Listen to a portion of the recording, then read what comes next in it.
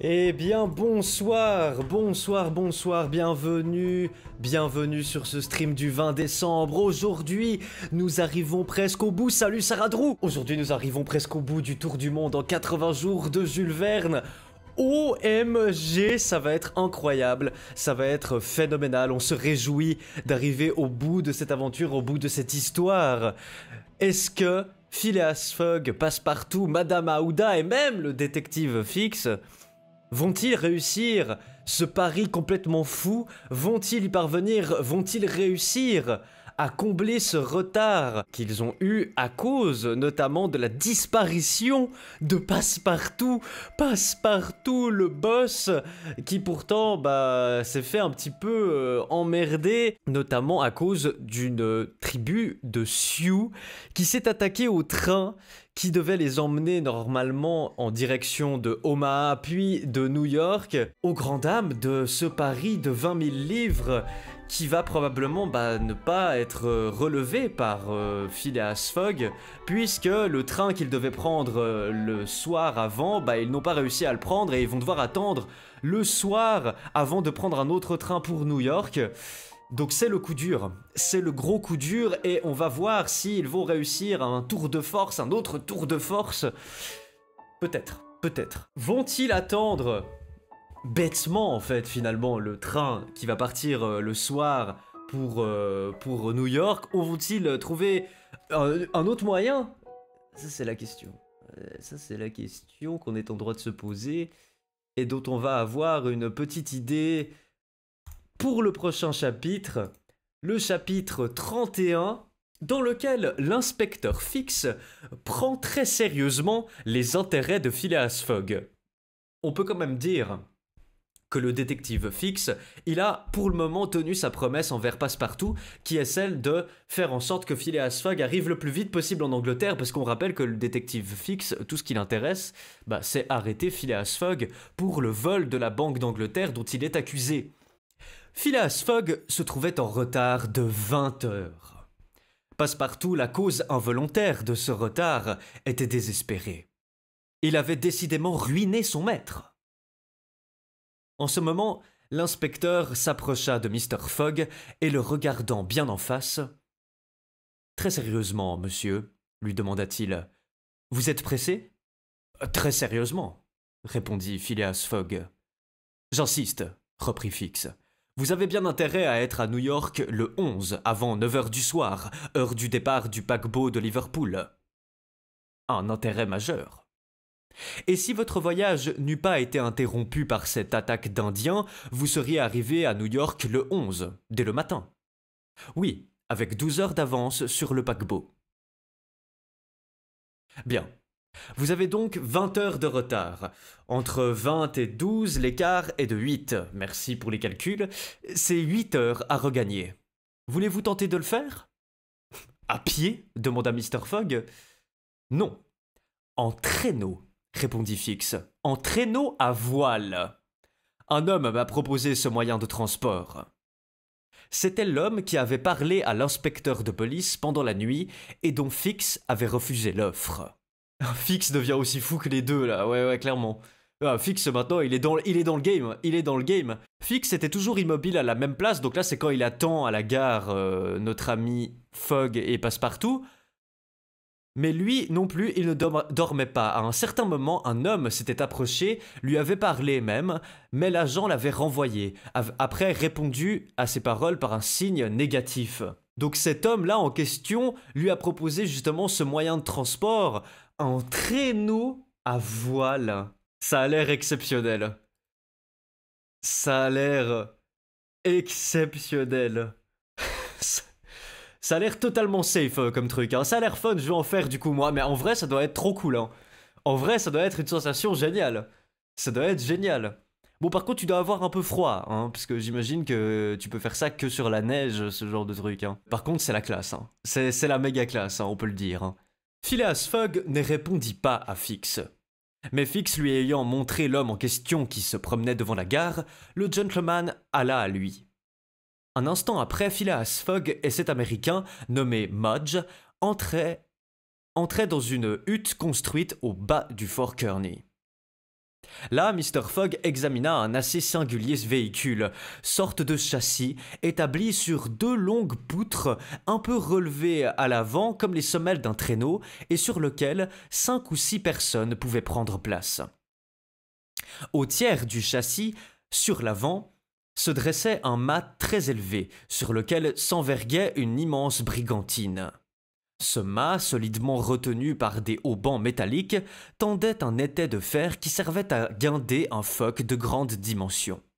À l'arrière, une sorte de gouvernail godille permettait de diriger l'appareil. Une immense brigantine, donc c'est s'enverguer, les vergues, c'est là où on attache les voiles, ces sortes de barres qu'on attache au mât pour y attacher notamment une brigantine qui est une voile, ce mât solidement retenu par des haubans métalliques.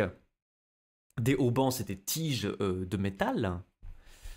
Tendait un étai de fer qui servait à guinder un foc de grande dimension. Un foc, ce n'est pas une insulte, en l'occurrence, c'est une voile d'avant. C'est une voile qu'on met normalement devant une brigantine. À l'arrière, une sorte de gouvernail godille. Ça, par contre, je ne sais pas ce que c'est. Oui, ça doit être ça. Voilà. Ok. C'était, on le voit, un traîneau gréé en sloop. Pendant l'hiver, sur la plaine glacée... Attendez, mais je peux pas me concentrer, c'est quoi? Gréé en sloop. Le sloop est un voilier à un mât. Voilà. Gréé en voile aurique à un seul foc. Donc... un mât, ça ce sont des vergues, et ça c'est la brigantine, la voile, ça c'est le foc. En voile aurique, par contre, alors voile de forme quadrangulaire, non symétrique, qui présente toujours le même bord d'attaque au vent dans l'axe du navire, contrairement aux voiles carrées. Elle est établie en verguée sur une vergue, pique ou corne. Là on entre dans des détails un petit peu plus... voilà, mais en gros...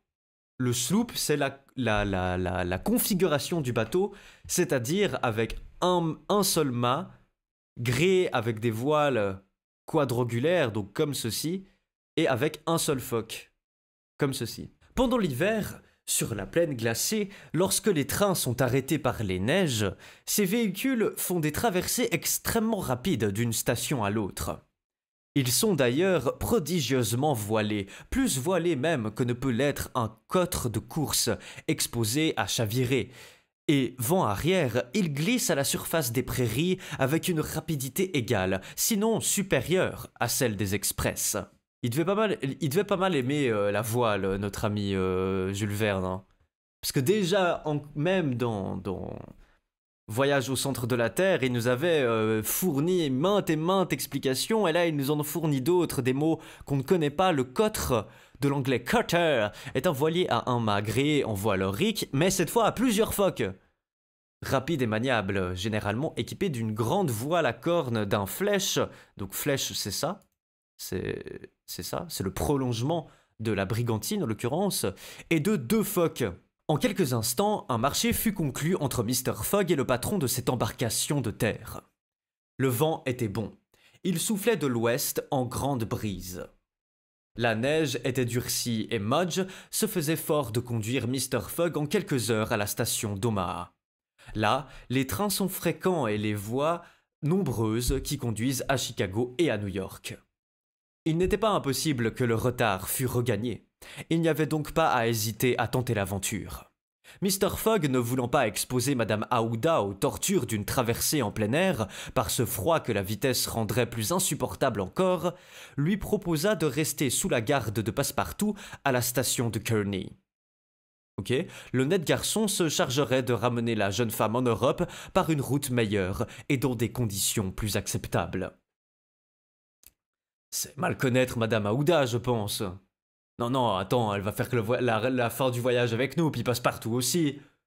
Oh, Madame Aouda refusa de se séparer de Mr. Fogg, bah oui, et Passepartout se sentit très heureux de cette détermination. En effet, pour rien au monde, il n'eût voulu quitter son maître, puisque Fix devait l'accompagner.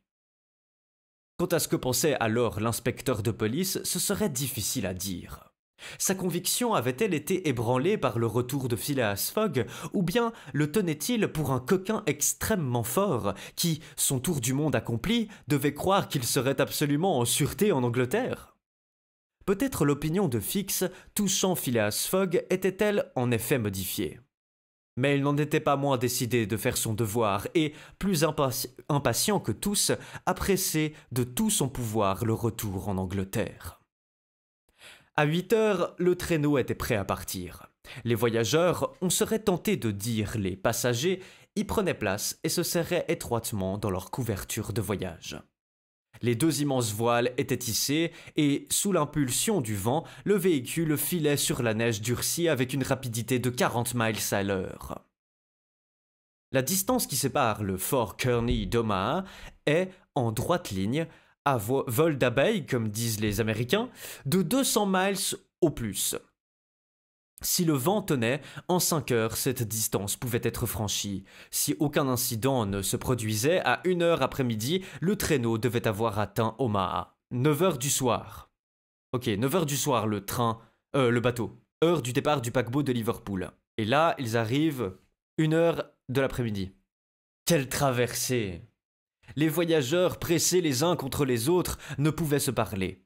Le froid, accru par la vitesse, leur eût coupé la parole. Le traîneau glissait aussi légèrement à la surface de la plaine qu'une embarcation à la surface des eaux, avec la houle en moins. Quand la brise arrivait en rasant la terre, il semblait que le traîneau fût enlevé du sol par ses voiles, vastes ailes d'une immense envergure. Mudge, au gouvernail, se maintenait dans la ligne droite. Et d'un coup de godille, il rectifiait les embardées que l'appareil tendait à faire. Toute la toile portait. Le foc avait été percé et n'était plus abrité par la brigantine. Un mât de hune fut guindé et une flèche tendue au vent ajouta sa puissance d'impulsion à celle des autres voiles. On ne pouvait l'estimer mathématiquement, mais certainement la vitesse du traîneau ne devait pas être moindre de 40 miles à l'heure. « Si rien ne casse, dit Mudge, nous arriverons. » Le foc avait été percé et n'était plus abrité par la brigantine. Un mât de hune fut guindé. Ah, c'est pour rajouter encore une voile supplémentaire. Enfin, ouais, je pense que c'est ça. C'est un prolongement de la voile. C'est pour accrocher ces huniers. Et les huniers, c'est ces espèces de voiles. Parce que là, on a grand mât. Non, là, on n'a pas les noms des voiles, malheureusement. Trinquette, ouais, trinquette, c'est ce qui est en dessous, pardon. C'est ce qui est en dessous du foc. Haute voile d'étai. Mât de misaine. Je pense que c'est un mât supplémentaire. Enfin, c'est un prolongement du mât pour accrocher les huniers. Et les huniers, c'est ces voiles rectangulaires, entre guillemets. Un mât de hune d'un fut guindé et une flèche tendue au vent ajouta sa puissance d'impulsion à celle des autres voiles. Donc c'est ça. Et une flèche, là on n'en a pas en vue, mais je l'ai montré tout à l'heure. C'est le prolongement de la voile, de la grand voile. En l'occurrence plutôt de la brigantine. Si rien ne casse, dit Mudge, nous arriverons. Si-là, ça serait cool que ça se produise pas, quoi. Donc abuse pas, mais pas trop de voile, voilà. Ça serait cool. Et Mudge avait intérêt à arriver dans le délai convenu, car Mr. Fogg, fidèle à son système, l'avait attaléché par une forte prime. On rappelle d'ailleurs que Phileas Fogg a payé les soldats 1000 livres pour retrouver Passepartout. Il a payé 2000 livres l'éléphant, il a payé, je crois, 2000 livres aussi la caution lorsqu'ils se sont fait arrêter à Calcutta. Il a payé aussi Batulcar, le propriétaire du cirque. Il a mis de la thune absolument partout pendant son voyage. Il ne va plus rien lui rester de ce voyage. Et s'il n'arrive pas à faire son tour du monde en 80 jours, il ne va plus avoir d'argent du tout. Il va se retrouver à la rue, l'ami. La prairie que le traîneau coupait en ligne droite était plate comme une mer. On eût dit un immense étang glacé. Le Whale Road qui desservait cette partie du territoire remontait du sud-ouest au nord-ouest par Grand Island, Columbus, ville importante du Nebraska, Schuyler, Fremont puis Omaha. Il suivait pendant tout son parcours la rive droite de Plate River. Le traîneau abrégeant cette route prenait la corde de l'arc décrit par le chemin de fer. Mudge ne pouvait craindre d'être arrêté par la Plate River, à ce petit coude qu'elle fait en avant de Fremont, puisque ses eaux étaient glacées. Le chemin était donc entièrement débarrassé d'obstacles, et Phileas Fogg n'avait que 2 circonstances à redouter: une avarie à l'appareil, un changement ou une tombée du vent. Mais la brise ne mollissait pas. Au contraire, elle soufflait à courber le mât que les haubans de fer maintenaient solidement. Ces filins métalliques, semblables aux cordes d'un instrument, résonnaient comme si un archet eût provoqué leur vibration. Le traîneau s'enlevait au milieu d'une harmonie plaintive, d'une intensité toute particulière. « Ces cordes donnent la quinte et l'octave, » dit Mr. Fogg. « Oh, en plus il a l'oreille absolue. Oh, c'est splendide. » Ouais, l'oreille absolue, peut-être pas. Peut-être pas. Pour dire si c'est une quinte ou une octave, t'as pas besoin de l'oreille absolue. Mais il a une très bonne oreille musicale. Bravo à lui. Il a décidément toutes les qualités du monde. C'est incroyable. Quel homme, quel homme. Columbus, dans le Nebraska, ville importante du Nebraska. Columbus. Nebraska, voici la ville de Columbus. Omaha est juste ici. Donc on y arrive, et Plate River est juste en dessous normalement. South Plate, j'imagine que c'était une des rivières de Plate River. Et donc on y arrive gentiment et ça c'est beau. Ça c'est très beau. Donc Phileas Fogg qui nous fait un petit cours de musique, ces cordes donnent la quinte et l'octave, dit Mr. Fogg. Et ce furent les seules paroles qu'il prononça pendant cette traversée. Madame Aouda, soigneusement empaquetée dans les fourrures et les couvertures de voyage, était, autant que possible, préservée des atteintes du froid. Quant à Passepartout, la face rouge comme le disque solaire quand il se couche dans les brumes, il humait cet air piquant. Avec le fond d'imperturbable confiance qu'il possédait, il s'était repris à espérer. Au lieu d'arriver le matin à New York, on y arriverait le soir, mais il y avait encore quelques chances pour que ce fût avant le départ du paquebot de Liverpool. Passepartout avait même éprouvé une forte envie de serrer la main de son allié Fix. Il n'oubliait pas que c'était l'inspecteur lui-même qui avait procuré le traîneau à voile, et par conséquent le seul moyen qu'il y eût de gagner Omaha en temps utile. Mais par on ne sait quel pressentiment, il se tint dans sa réserve accoutumée. En tout cas, une chose que Passepartout n'oublierait jamais, c'était le sacrifice que Mr. Fogg avait fait, sans hésiter, pour l'arracher aux mains des Sioux. À cela, Mr. Fogg avait risqué sa fortune et sa vie. Non, son serviteur ne l'oublierait pas.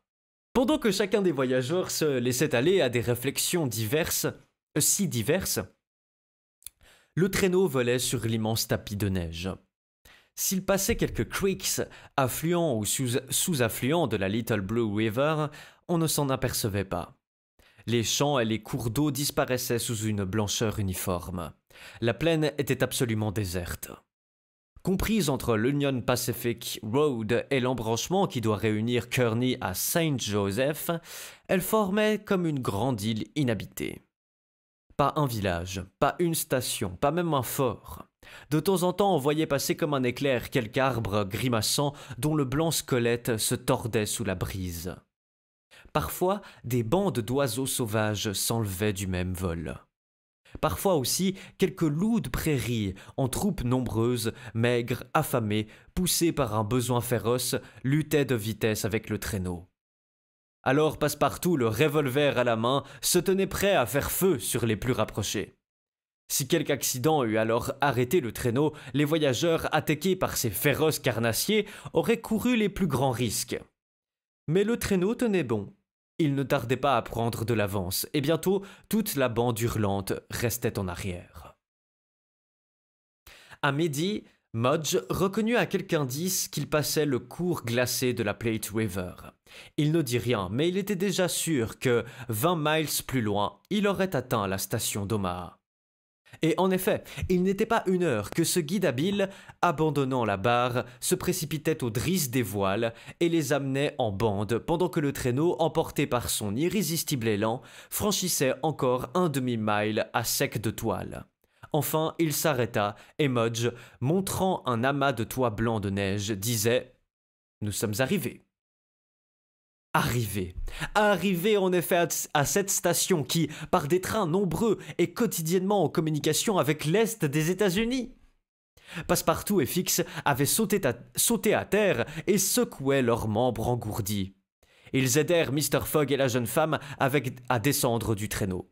Phileas Fogg régla généreusement avec Mudge, auquel Passepartout serra la main comme à un ami, et tous se précipitèrent vers la gare d'Omaha. C'est à cette importante cité du Nebraska que s'arrête le chemin de fer du Pacifique, proprement dit, qui met le bassin du Mississippi en communication avec le grand océan.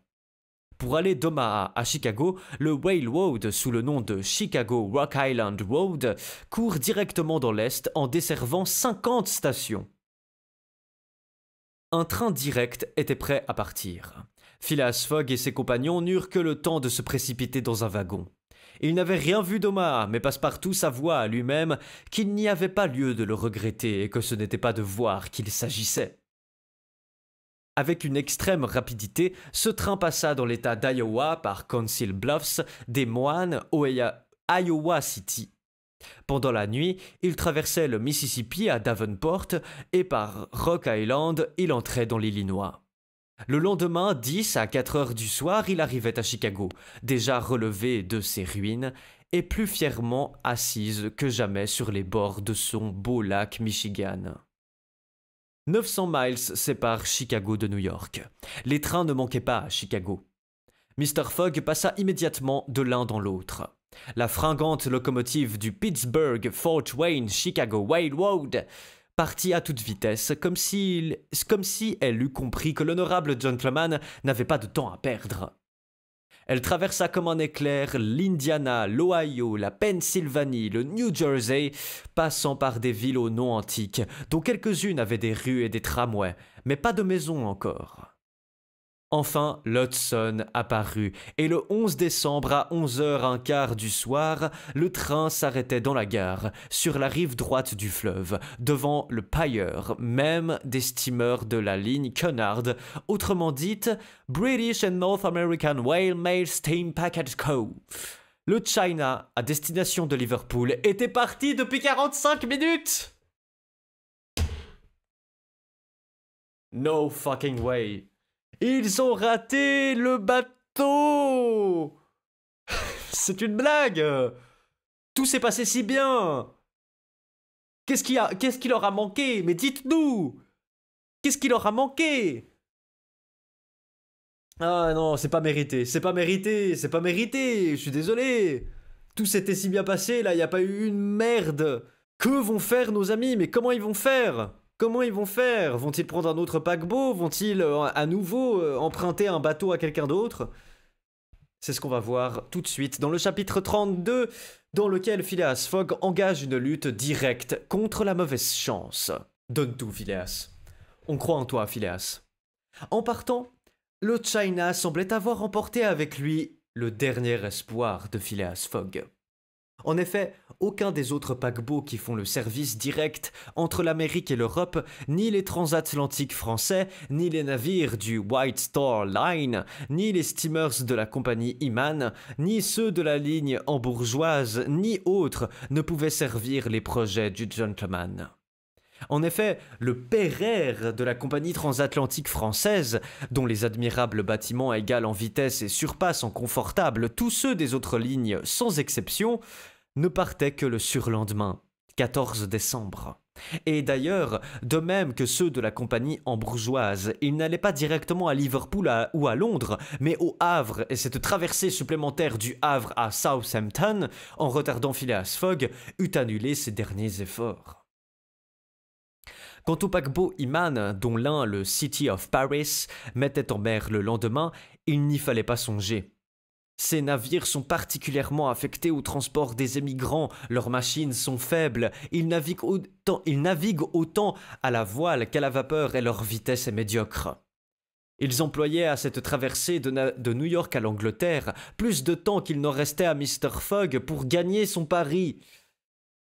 De tout ceci, le gentleman se rendit parfaitement compte en consultant son Bradshaw, c'est son chronomètre, qui lui donnait jour par jour les mouvements de la navigation transocéanienne. Passepartout était anéanti. Avoir manqué le paquebot de 45 minutes, cela le tuait. C'était sa faute à lui qui, au lieu d'aider son maître, n'avait cessé de semer des obstacles sur sa route. Non, mais dis pas ça, Passepartout. Non, dis pas ça. Non, non, non, attends. Certes, t'as fait des conneries, mais t'as fait aussi de très belles choses. T'as fait aussi de très belles choses. Tu as sauvé Aouda, tu as empêché les Sioux de vandaliser tout le wagon. Nous, on te pardonne. Et quand il revoyait dans son esprit tous les incidents du voyage, quand il supputait les sommes dépensées en pure perte et dans son seul intérêt, quand il songeait que cet énorme pari, en y joignant les faits considérables de ce voyage devenu inutile, ruinait complètement Mr. Fogg, il s'accablait d'injures. Mr. Fogg ne lui fit cependant aucun reproche, et en quittant le payeur des paquebots transatlantiques, il ne dit que ces mots. « Nous aviserons demain. Venez. » Mr. Fogg, Madame Aouda, Fix, Passepartout traversèrent l'Hudson dans le Jersey City Ferry Boat et montèrent dans un fiacre qui les conduisit à l'hôtel Saint-Nicolas dans Broadway. Un fiacre, c'est une calèche. Des chambres furent mises à leur disposition et la nuit se passa, courte pour Phileas Fogg, qui dormit d'un sommeil parfait mais bien longue pour Madame Aouda et ses compagnons, auxquels leur agitation ne permit pas de reposer. Le lendemain, c'était le 12 décembre. Du 12, 7 heures du matin au 7 heures du matin au 21, 8h45 minutes du soir, il restait 9 jours, 13 heures et 45 minutes. Si donc Phileas Fogg fut parti la veille par le China, l'un des meilleurs marcheurs de la ligne Cunard, il serait arrivé à Liverpool, puis à Londres, dans les délais voulus. Mr. Fogg quitta l'hôtel, seul, après avoir recommandé à son domestique de l'attendre et de prévenir Madame Aouda de se tenir prête à tout instant. Mr. Fogg se rendit aux rives de l'Hudson, et parmi les navires amarrés au quai ou ancrés dans le fleuve, il rechercha avec soin ceux qui étaient en partance. Plusieurs bâtiments avaient leur guidon de départ et se préparaient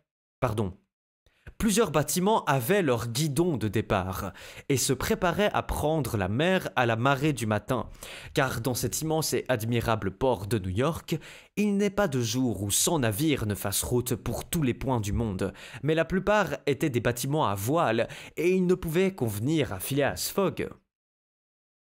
Ce gentleman semblait devoir échouer dans sa dernière tentative, quand il aperçut, mouillé devant la batterie, à une encablure au plus, un navire de commerce à hélice, de forme fine, dont la cheminée laissant échapper de gros flocons de fumée, indiquait qu'il se préparait à appareiller. Phileas Fogg héla un canot, s'y embarqua et en quelques coups d'aviron, il se trouvait à l'échelle de l'Henrietta, steamer à coque de fer, dont tous les hauts étaient en bois. Le capitaine de l'Henrietta était à bord. Phileas Fogg monta sur le pont et fit demander le capitaine.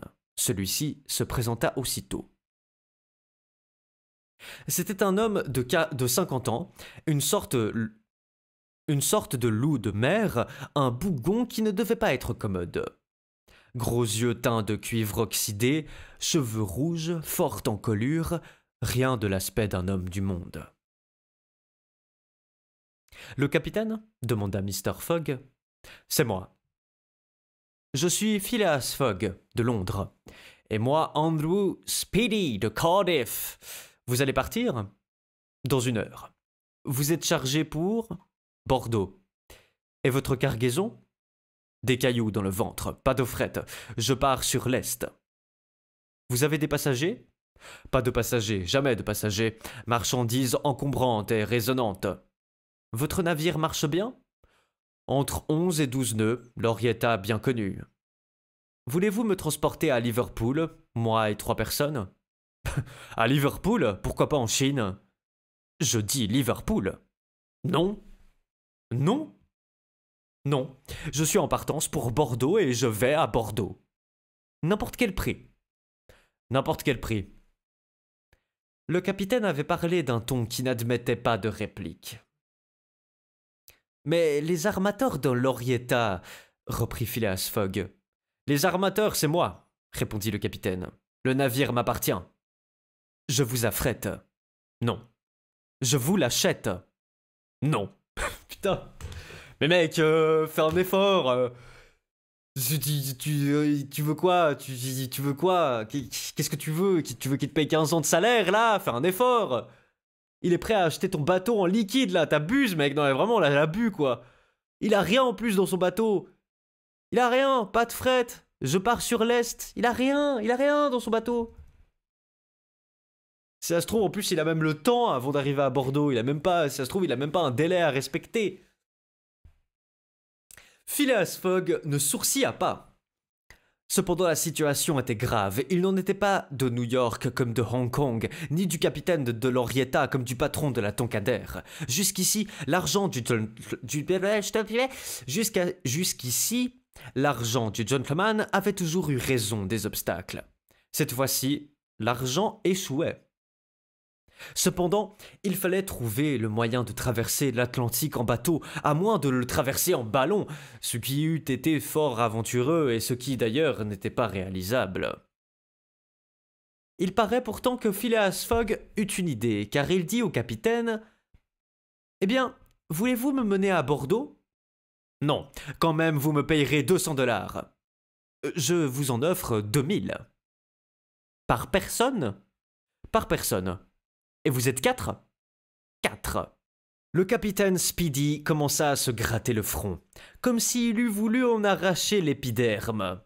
8 000 $ à gagner sans modifier son voyage, cela valait bien la peine qu'il mît de côté son antipathie pour prononcer pour toute espèce de passager. Des passagers à 2 000 $ d'ailleurs, ce ne sont plus des passagers, c'est de la marchandise précieuse. Je pars à 9 h, dit simplement le capitaine Speedy. Et si vous et les vôtres, vous êtes là ? À 9 h, nous serons à bord, répondit non moins simplement Mr. Fogg. Il était 8h30. Débarquer de l'Henrietta, monter dans une voiture, se rendre à l'hôtel Saint-Nicolas, en ramener Madame Aouda, Passepartout et même l'inséparable Fix, auquel il offrait gracieusement le passage, cela fut fait par le gentleman avec ce calme qui ne l'abandonnait en aucune circonstance. Au moment où l'Henrietta appareillait, tous 4 étaient à bord. Lorsque Passepartout apprit ce que coûterait cette dernière traversée, il poussa un de ces « Oh !» prolongés qui parcoururent tous les intervalles de la gamme chromatique descendante. Quant à l'inspecteur Fix, il se dit que décidément la Banque d'Angleterre ne sortirait pas indemne de cette affaire. En effet, en arrivant et en admettant que le sieur Fogg n'en jeta pas encore quelques poignées à la mer, plus de 7000 livres manqueraient au sac à banknotes. Chapitre 33 où Phileas Fogg se montre à la hauteur des circonstances. 1 heure après, le steamer Henrietta dépassait le lightboat qui marque l'entrée de l'Hudson, tournait la pointe de Sandy Hook et donnait en mer. Pendant la journée, il prolongea Long Island au large du feu de Fire Island et courut rapidement vers l'est. Le lendemain, 13 décembre, à midi, un homme monta sur la passerelle pour faire le point. Certes, on doit croire que cet homme était le capitaine Speedy, pas le moins du monde, c'était Phileas Fogg Esquire. Attention, attention. Quant au capitaine Speedy, il était tout bonnement enfermé à clé dans sa cabine et poussait des hurlements qui dénotaient une colère bien pardonnable, poussée jusqu'au paroxysme. Ok. Ok. D'accord, pourquoi? Ce qui s'était passé était très simple. Phileas Fogg voulait aller à Liverpool, le capitaine ne voulait pas les conduire. Alors Phileas Fogg avait accepté de prendre passage pour Bordeaux, et depuis 30 heures qu'il était à bord, il avait si bien manœuvré à coups de banknotes que l'équipage, matelots et chauffeurs, équipage un peu interlope, qui était en assez mauvais termes avec le capitaine, lui appartenait. Il a retourné le truc. Mutinerie, il a créé une mutinerie carrément. Et voilà pourquoi Phileas Fogg commandait au lieu et place du capitaine Speedy. Pourquoi le capitaine était enfermé dans sa cabine et pourquoi enfin l'Henrietta se dirigeait vers Liverpool. Mais quel boss. Le mec il a payé tout le monde, il a dit bon, alors voilà, maintenant on va dire les choses simplement, votre capitaine là il est gentil, moi j'ai du fric, on va à Liverpool hein. Vous êtes chaud? Ouais, ok, bah c'est parti. Incroyable, trop fort, trop fort. Équipage un peu interlope, dont l'activité n'est pas légale, d'apparence suspecte. Interlope. Seulement, il était très clair à voir manœuvrer Mr. Fogg que Mr. Fogg avait été marin. Maintenant, comment finirait l'aventure, on le saurait plus tard. Toutefois, Madame Aouda ne laissait pas d'être inquiète, sans en rien dire. Fix, lui, avait été abasourdi tout d'abord. Quant à Passepartout, il trouvait la chose tout simplement adorable. Entre 11 et 12 nœuds, avait dit le capitaine Speedy, et en effet, l'Henrietta se maintenait dans cette moyenne de vitesse. Je crois, au début du bouquin, ils le disent quand même que Mr. Fogg avait probablement été marin, mais on ne le savait pas trop parce qu'on ne sait pas grand-chose de la vie de Phileas Fogg. Mais il l'a dit au début du bouquin, me semble-t-il. Si donc la mer ne devenait pas trop mauvaise, si le vent ne sautait pas dans l'est, s'il ne survenait aucune avarie au bâtiment, aucun accident à la machine, l'Henrietta, dans les 9 jours comptés du 12 décembre au 21, pouvait franchir les 3000 miles qui séparent New York de Liverpool. Il est vrai qu'une fois arrivé, l'affaire de l'Henrietta brochant sur l'affaire de la banque, cela pouvait mener le gentleman un peu plus loin qu'il ne voudrait. Pendant les premiers jours, la navigation se fit dans d'excellentes conditions. La mer n'était pas trop dure, le vent paraissait fixé au nord-est, les voiles furent établies et, sous ses goélettes, l'Henrietta marcha comme un vrai transatlantique. C'est vrai que je l'ai déjà dit, je crois, mais je prononçais avant Joëlette, mais en fait on dit goélette, évidemment. On dit goéland, on dit gorille, je ne sais pas pourquoi je disais Joëlette. Voilà, je m'excuse pour cet affront à la langue française. On dit goélette. Voilà. Mais bon, on apprend, on est là pour apprendre.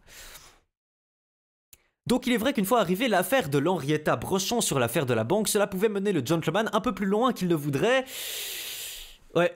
C'est vrai que peut-être il va avoir quelques ennuis en arrivant à Londres, mais bon, est-ce que finalement, c'est pas les risques quand tu veux faire un tour du monde en 80 jours en 1870? Il y a des risques, il y a des risques.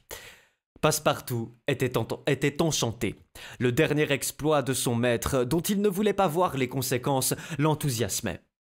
Jamais l'équipage n'avait vu un garçon plus gai, plus agile. Il faisait 1000 amitiés aux matelots et les étonnait par ses tours de voltige. Il leur prodiguait les meilleurs noms et les boissons les plus attrayantes.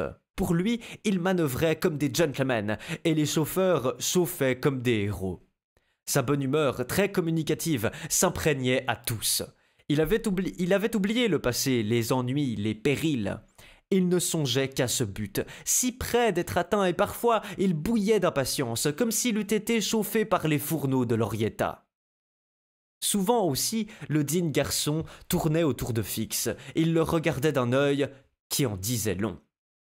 Mais il ne lui parlait pas, car il n'existait plus aucune intimité entre les deux anciens amis. Plus aucune intimité, pardon. D'ailleurs, Fix, il faut le dire, n'y comprenait plus rien. La conquête de l'Henrietta, l'achat de son équipage, ce Fogg manœuvrant comme un marin consommé, tout cet ensemble de choses l'étourdissait. Il ne savait plus que penser. Mais après tout, un gentleman qui commençait par voler 55 000 livres... Ah, c'est 55, moi j'ai toujours dit 50 000, mais en fait c'est 55. Mais après tout, un gentleman qui commençait par voler 55 000 livres pouvait bien finir par voler un bâtiment. FX fut naturellement amené à croire que l'Henrietta, dirigée par Fogg, n'allait point du tout à Liverpool, mais dans quelques points du monde où le voleur, devenu pirate, se mettrait tranquillement en sûreté. Cette hypothèse, il faut bien l'avouer, était on ne peut plus plausible, et le détective commençait à regretter très sérieusement de s'être embarqué dans cette affaire.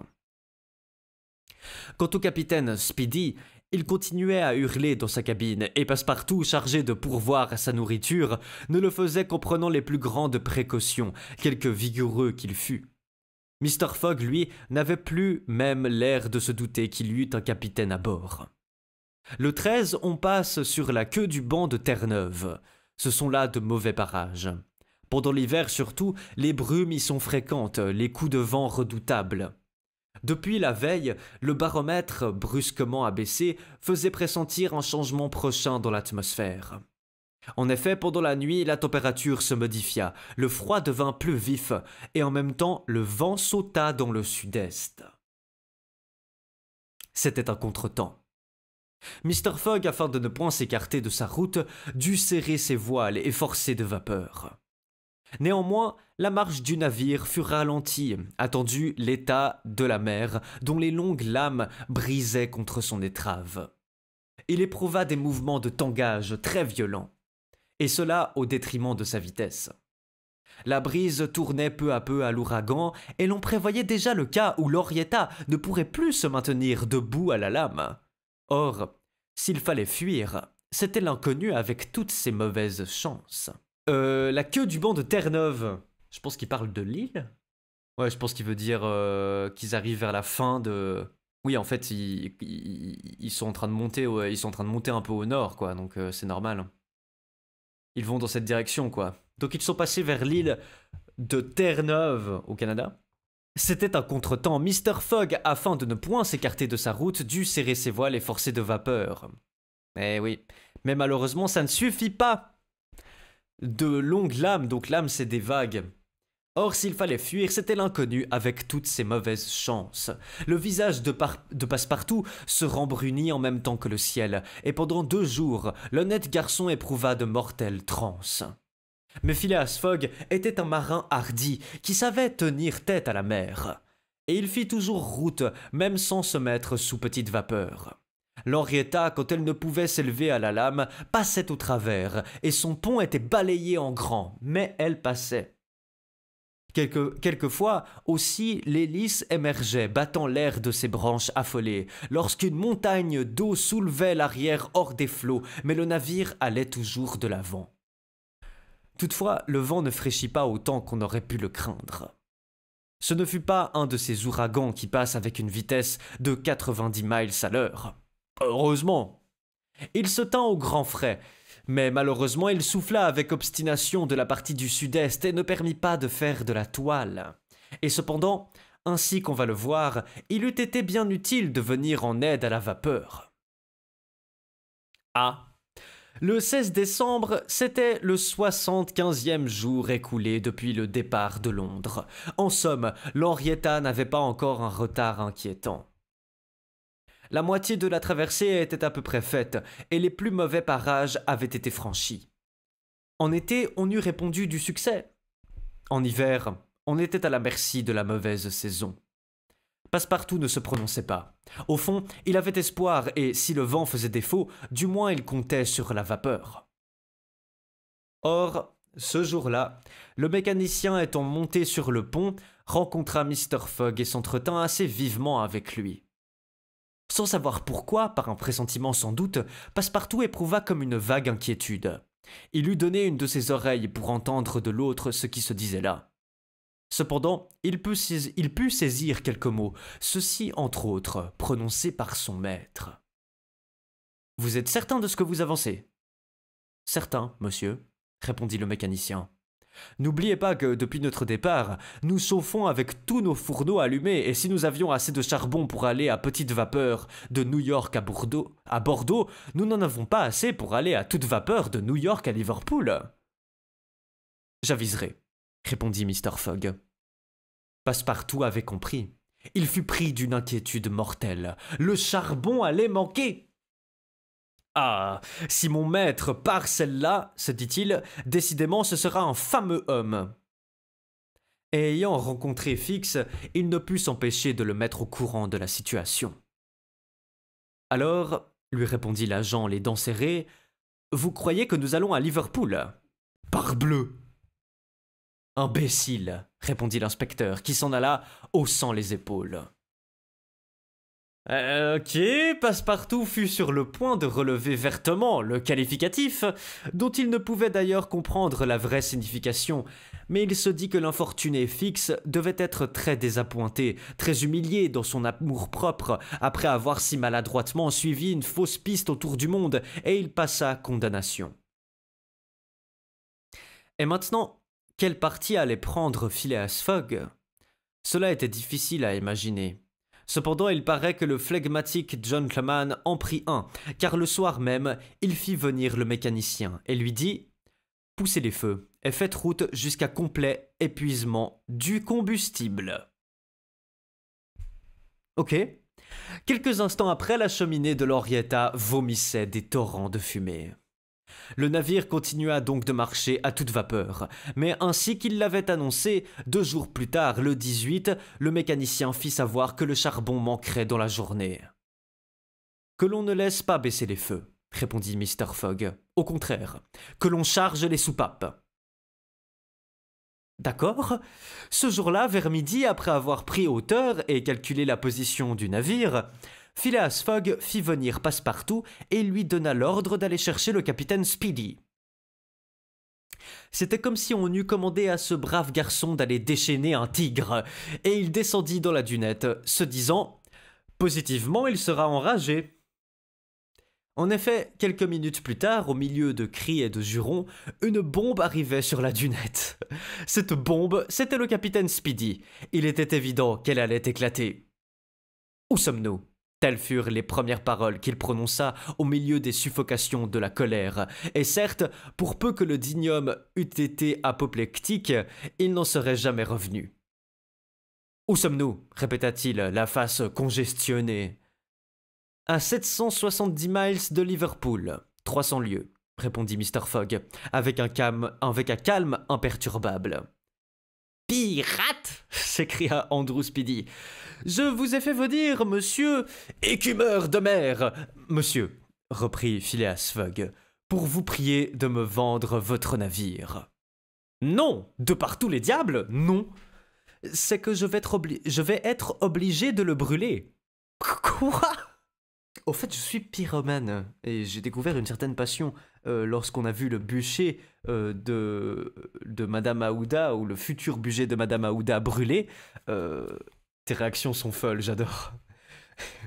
Non mais attends, mais écumeur de mer, pour vous prier de me vendre votre navire. Non, de par tous les diables, non. C'est que je vais être obligé de le brûler. Brûler mon navire. Oui, du moins dans ses eaux, car nous manquons de combustible. Brûler mon navire, s'écria le capitaine Speedy, qui ne pouvait même plus prononcer les syllabes. Un navire qui vaut 50 000 $. En voici 60 000, répondit Phileas Fogg, en offrant au capitaine une liasse de banknotes. Cet homme n'a plus d'argent, mais où il est...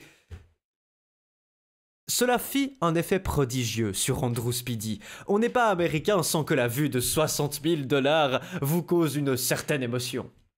Le capitaine oublia en un instant sa colère, son emprisonnement, tous ses griefs contre son passager.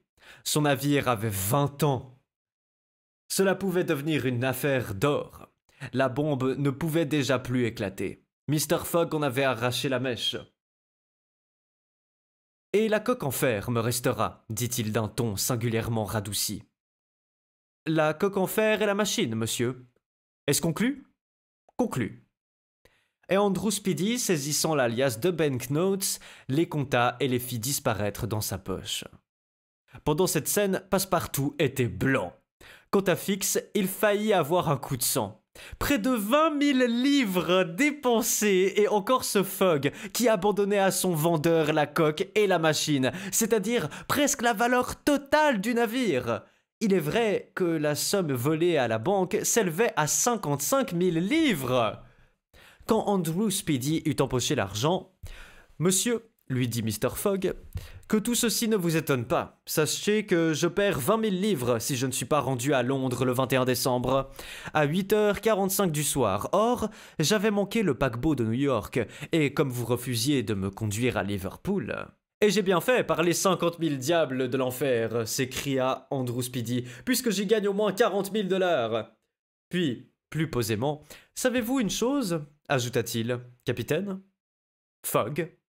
Capitaine Fogg, eh bien, il y a du Yankee en vous. Et après avoir fait à son passager ce qu'il croyait être un compliment, il s'en allait quand Phileas Fogg lui dit « Maintenant ce navire m'appartient. Certes, de la quille à la paume des mâts, pour tout ce qui est bois, s'entend. Bien, faites démolir les aménagements intérieurs et chauffez avec ces débris. On juge ce qu'il fallut consommer de ce bois sec pour maintenir la vapeur en suffisante pression. » Ce jour-là, la dunette, les roufles, les cabines, les logements, le faux pont, tout y passa. Le lendemain 19 décembre, on brûla la mâture, les dromes, les espars, on abattit les mâts, on les débita à coups de hache. L'équipage y mettait un zèle incroyable. Passepartout, taillant, coupant, sciant, faisait l'ouvrage de 10 hommes. C'était une fureur de démolition. Quel boss ce Passepartout, quel boss! Quel boss! Dunette est la partie surélevée du gaillard arrière d'un vaisseau et qui s'étend sur toute sa largeur. Ah, c'est ça! C'est l'étage supérieur, là. C'est ça, la dunette. C'est l'étage supérieur. Ok. Les roufles? Ah, petit logement généralement situé à l'arrière du pont supérieur d'un bateau. Les dromes? L'ensemble des embarcations à bord d'un navire militaire constitue la drome de ce bâtiment. Ok, donc ça peut être ouais, les canaux de sauvetage, etc. Tout y est passé. Et les espars. Donc il faut intérêt à ce que le navire ne coule pas, hein, quand même. Ce serait dommage. Sur un bateau, un espar est un élément de gréement long et rigide ayant un rôle technique à jouer dans la propulsion à voile et les manœuvres. Entre dans la catégorie des espars les mâts, baumes, vergues. Ah, c'est toute la catégorie des espars. Ça, c'est les espars, ça comprend tout ce qui sert à mettre des voiles. Donc un mât, la baume, c'est ce qui maintient la grand voile. Les vergues, ce sont donc les prolongements des mâts. Bout dehors, c'est pour accrocher, par exemple, des... C'est ça, c'est cette tige en haut, là. Enfin, cette tige... cette espèce de poutre en métal qui prolonge le navire pour y accrocher une trinquette. Non, un foc. Le lendemain, vin, les bastingages, les pavois, les œuvres mortes, la plus grande partie du pont furent dévorées. L'Henrietta n'était plus qu'un bâtiment rasé comme un ponton. Mais ce jour-là, on avait eu connaissance de la côte d'Irlande et du feu de Fastnet. Alors, le feu de Fastnet, c'est vers la Manche. Phare situé en Irlande, sur le Fastnet Rock, le point le plus au sud du pays. C'est là. Phare emblématique. Toutefois, à 10 heures du soir, le navire n'était encore que par le travers de Queenstown. Phileas Fogg n'avait plus que 24 heures pour atteindre Londres. Or, c'était le temps qu'il fallait à l'Henrietta pour gagner Liverpool, même en marchant à toute vapeur. Et la vapeur allait manquer enfin à l'audacieux gentleman. « Monsieur, lui dit alors le capitaine Speedy, qui avait fini par s'intéresser à ses projets, je vous plains vraiment. Tout est contre vous. Nous ne sommes encore que devant Queenstown. » « Ah, fit Mr. Fogg, c'est Queenstown, cette ville dont nous apercevons les feux ? » « Oui. Pouvons-nous entrer dans le port ? » ?»« Pas avant 3 heures, à pleine mer seulement. »« Attendons, » répondit tranquillement Phileas Fogg, sans laisser voir sur son visage que, par une suprême inspiration, il allait tenter de vaincre encore une fois la chance contraire. Ok, Queenstown, connu de 1849 à 1920 sous le nom de Queenstown, est un port maritime dans le comté de Cork. En effet, Queenstown est un port de la côte d'Irlande dans lequel les transatlantiques qui viennent des États-Unis jettent en passant leurs sacs aux lettres. Ces lettres sont emportées à Dublin par des express toujours prêts à partir. De Dublin, elles arrivent à Liverpool par des steamers de grande vitesse, devançant ainsi de 12 heures les marcheurs les plus rapides des compagnies maritimes. Ces 12 heures que gagnait ainsi le courrier d'Amérique, Phileas Fogg prétendait les gagner aussi. Au lieu d'arriver sur l'Henrietta le lendemain soir à Liverpool, il y serait à midi et par conséquent, il aurait le temps d'être à Londres avant 8h45 du soir. Vers 1h du matin, l'Henrietta entrait à haute mer dans le port de Queenstown. Et Phileas Fogg, après avoir reçu une vigoureuse poignée de main du capitaine Speedy, le laissait sur la carcasse rasée de son navire, qui valait encore la moitié de ce qu'il l'avait vendu. Ouais. Les passagers débarquèrent aussitôt. Fix à ce moment eut une envie féroce d'arrêter le sieur Fogg. Il ne le fit pas pourtant. Pourquoi ? Quel combat se livrait donc en lui ? Était-il revenu sur le compte de Mr. Fogg ? Comprenait-il enfin qu'il s'était trompé ? Toutefois, Fix n'abandonna pas Mr. Fogg. Avec lui, Madame Aouda avec Passepartout, qui ne prenait plus le temps de respirer. Il montait dans le train de Queenstown à 1h30 du matin, arrivait à Dublin au jour naissant et s'embarquait aussitôt sur un des steamers, vrai fuseau d'acier tout en machine, qui, dédaignant de s'élever à la lame, passe invariablement au travers. À 12h20, le 21 décembre, Phileas Fogg débarquait enfin sur le quai de Liverpool. Il n'était plus qu'à 6 heures de Londres. OMG! OMG! Il va le faire! Il va le faire, OMG. OMG à 6 heures de Londres. Non mais là c'est bon. Il va pas encore se passer une dinguerie. Non? Ouais, un petit doute là-dessus quand même. À 6 heures de Londres. Mais à ce moment, Fix s'approcha, lui mit la main sur l'épaule et exhibant son mandat. « Vous êtes le sieur Fogg ?» dit-il. « Oui, monsieur. Au nom de la reine, je vous arrête. » Mais putain, mais c'est pas vrai!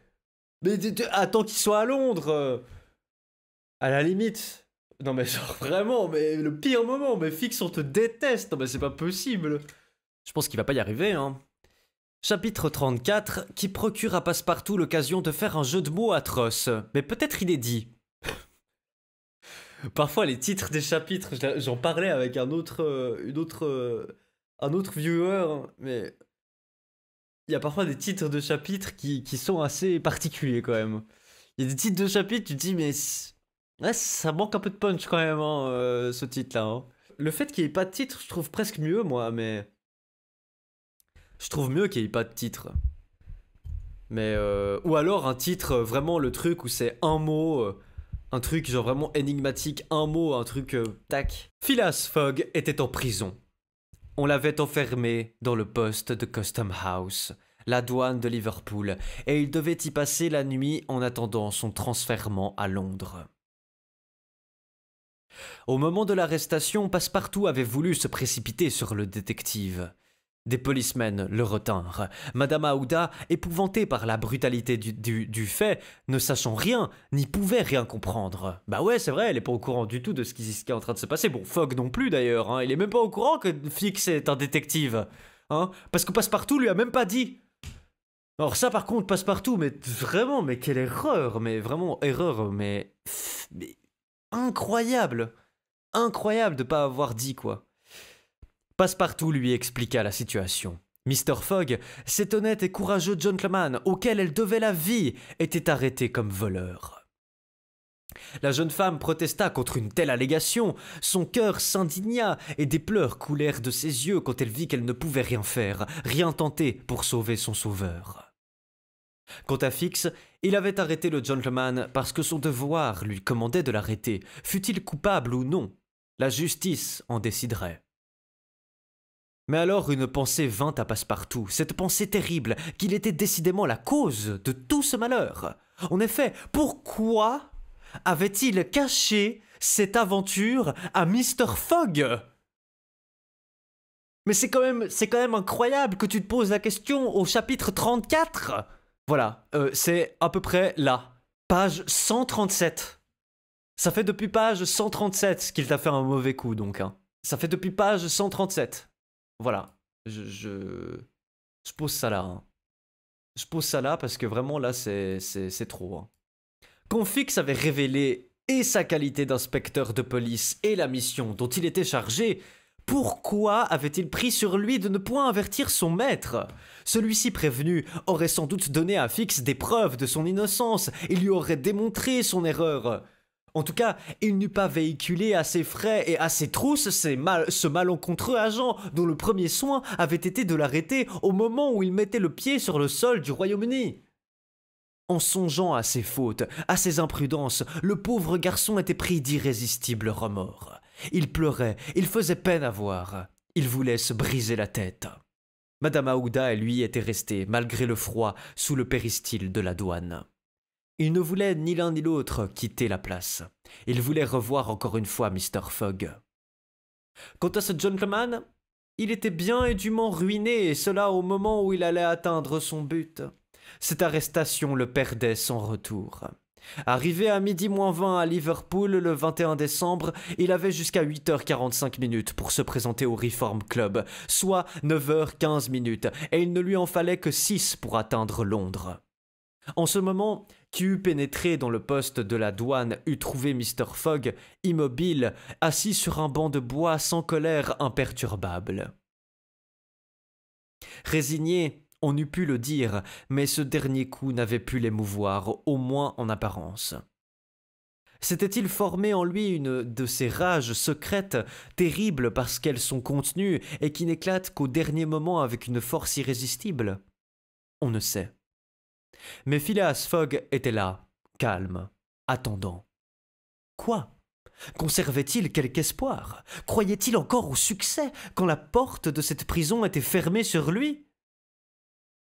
Quoi qu'il en soit, Mr. Fogg avait soigneusement posé sa montre sur une table et il en regardait les aiguilles marcher. Pas une parole ne s'échappait de ses lèvres, mais son regard avait une fixité singulière. En tout cas, la situation était terrible, et pour qui ne pouvait lire dans cette conscience, elle se résumait ainsi. Honnête homme, Phileas Fogg était ruiné. Malhonnête homme, il était pris. Dans les deux cas, c'est la merde. Voilà, en fait, la phrase, c'est ça. Dans les deux cas, c'est la merde. Eut-il alors la pensée de se sauver? Songea-t-il à chercher si ce poste présentait une issue praticable? Pensa-t-il à fuir? On serait tenté de le croire, car à un certain moment, il fit le tour de la chambre. Mais la porte était solidement fermée et la fenêtre garnie de barreaux de fer. Il vint donc se rasseoir et il tira de son portefeuille l'itinéraire du voyage, sur la ligne qui portait ces mots. 21 décembre, samedi, Liverpool. Il ajouta 80e jour, 11h40 du matin. Et il attendit. 1 heure sonna à l'horloge de Custom House. Mr. Fogg constata que sa montre avançait de 2 minutes sur cette horloge. 2 heures. En admettant qu'il montât en ce moment dans un express, il pouvait encore arriver à Londres et au Reform Club avant 8h45 du soir. Son front se plissa légèrement.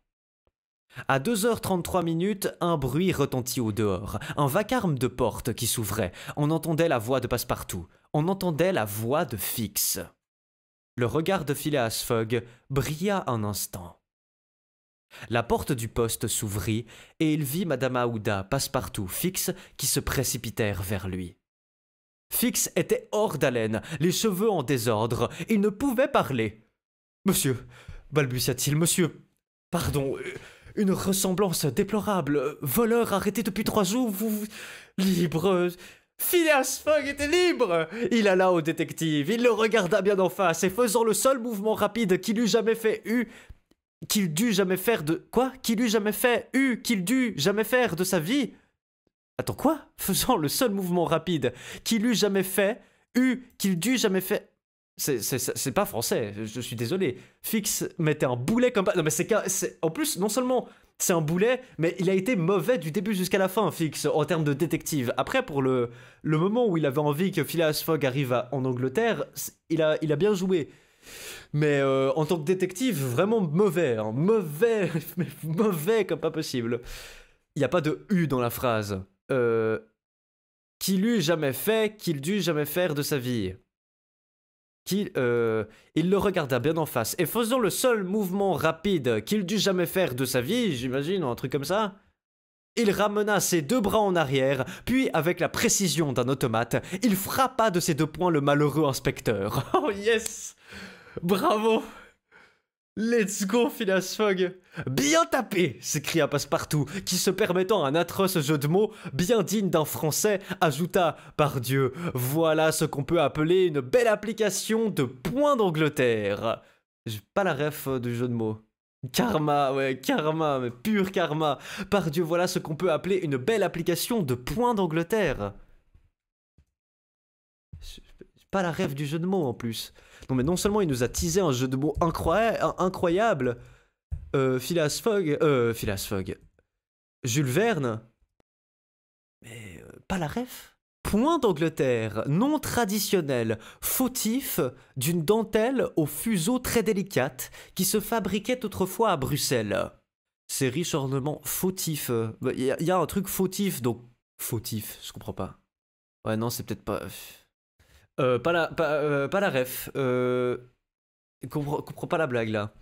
Fix, renversé, ne prononça pas un mot. Il n'avait que ce qu'il méritait. Eh oui, alors ça c'est sûr. Mais aussitôt Mr. Fogg, Madame Aouda, Passepartout quittèrent la douane. Ils se jetèrent dans une voiture et en quelques minutes, ils arrivèrent à la gare de Liverpool. Phileas Fogg demanda s'il y avait un express prêt à partir pour Londres. Il était 2h40. L'express était parti depuis 35 minutes. Phileas Fogg commanda alors un train spécial. Il y avait plusieurs locomotives de grande vitesse en pression. Mais attendu les exigences du service, le train spécial ne put quitter la gare avant 3 heures. À 3 heures, Phileas Fogg, après avoir dit quelques mots au mécanicien d'une certaine prime à gagner, filait dans la direction de Londres, en compagnie de la jeune femme et de son fidèle serviteur.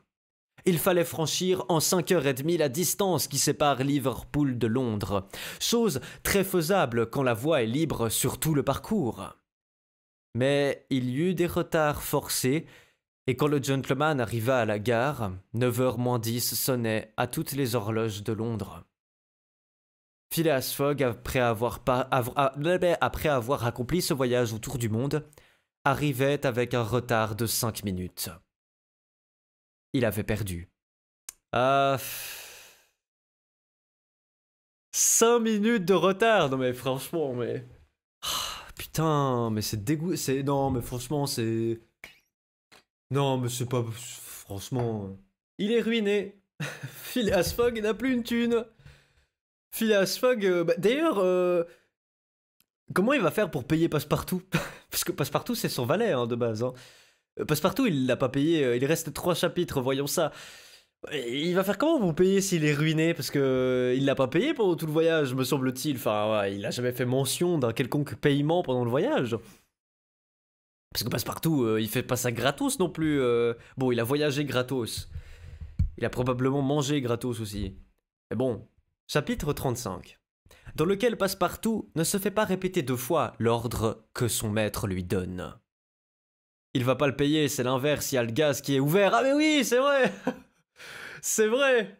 C'est vrai, il lui doit de la thune encore. Parce qu'il a oublié d'éteindre le bec de gaz de sa chambre quand il est parti faire le tour du monde avec Phileas Fogg. Il était tellement abasourdi de faire ce tour du monde qu'il a oublié d'éteindre le bec de gaz de sa chambre. Et du coup, Phileas Fogg lui a dit, bah, il faudra me rembourser ça, hein. Le lendemain, les habitants de Savile Row auraient été bien surpris si on leur eût affirmé que Mr. Fogg avait réintégré son domicile. Portes et fenêtres, tout était clos. Aucun changement ne s'était produit à l'extérieur. En effet, après avoir quitté la gare, Phileas Fogg avait donné à Passepartout l'ordre d'acheter quelques provisions, et il était rentré dans sa maison. Ce gentleman avait reçu avec son impassibilité habituelle le coup qui le frappait. Ruiné, et par la faute de ce maladroit inspecteur de police! Après avoir marché d'un pas sûr pendant ce long parcours, après avoir renversé 1000 obstacles, bravé 1000 dangers, ayant encore trouvé le temps de faire quelques biens sur sa route, échoué au port devant un fait brutal qu'il ne pouvait prévoir et contre lequel il était désarmé, cela était terrible. De la somme considérable qu'il avait emportée au départ, il ne lui restait qu'un reliquat insignifiant. Sa fortune ne se composait plus que des 20 000 livres déposés chez Baring Frères, et de ces 20 000 livres, il les devait à ses collègues du Reform Club. Après tant de dépenses faites, ce pari gagné ne l'eût pas enrichi sans doute, et il est probable qu'il n'avait pas cherché à s'enrichir, étant de ces hommes qui parient pour l'honneur. Mais ce pari perdu le ruinait totalement. Au surplus, le parti du gentleman était pris. Il savait ce qui lui restait à faire. Une chambre de la maison de Saville Row avait été réservée à Madame Aouda. La jeune femme était désespérée. À certaines paroles prononcées par Mr. Fogg, elle avait compris que celui-ci méditait quelques projets funestes.